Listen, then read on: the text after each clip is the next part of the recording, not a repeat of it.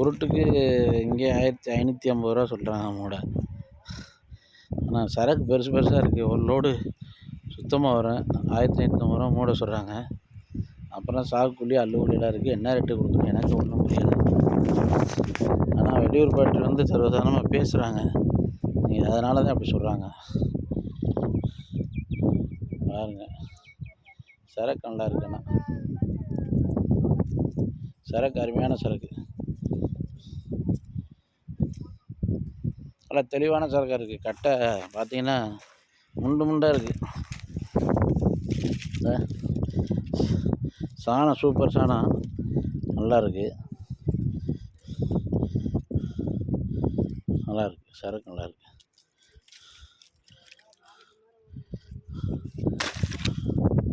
நல்லா இருக்குது, சரக்கு தெளிவாக இருக்குது.